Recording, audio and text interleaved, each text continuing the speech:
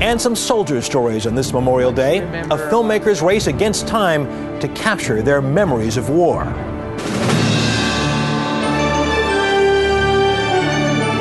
This is the CBS Evening News with Katie Couric.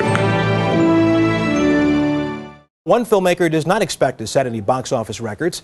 He just wants to make sure that Americans never forget the soldiers' stories from America's biggest war. As Wyatt Andrews tells us, it is a race against time to capture their stories. Good morning.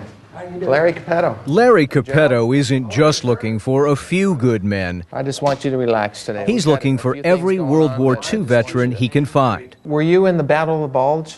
He is taping their recollections of war and weaving them into documentaries. 5 films so far, all of them on World War II. We had a job to do and we were doing it. My God, we went out there and did it. And in all of them, these voices, the voices of the vets themselves, tell the story. Death was there on the beach. You could smell it. There was only 3 of us left in the entire company of 250 men. Many of the veterans are reliving a personal hell for the first time. Everything was gone. This veteran's twin brother died beside him. I should have died with him. I wanted to die. I really did. Because my life had ruined. Half of me died when he died. When people watch my films, I want them to feel like me on the other end of that camera, getting that personal side of war, going down those rope ladders, landing on those beaches. Capetto's search for these surviving veterans has been relentless. In 4 years, he's interviewed almost 400 combat veterans, assembling one of the largest oral histories ever recorded of Americans at war. There were hundreds of thousands of bullets. One of the most compelling of those stories came from D-Day veteran Lewis Johnson, a Navy vet who manned a machine gun as he landed on Omaha Beach. It was the worst day of my life. Johnson and Capetto are now a team, sharing these stories at schools. Capetto showing students the taped history and Johnson being history.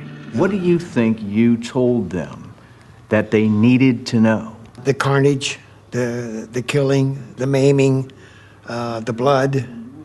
You don't get that in history books.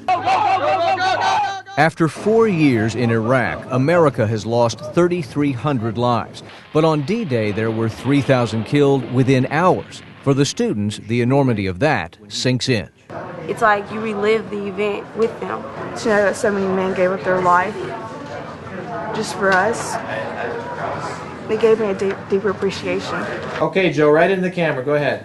As he tapes these interviews, Capetto asks these veterans to salute, and they don't hesitate.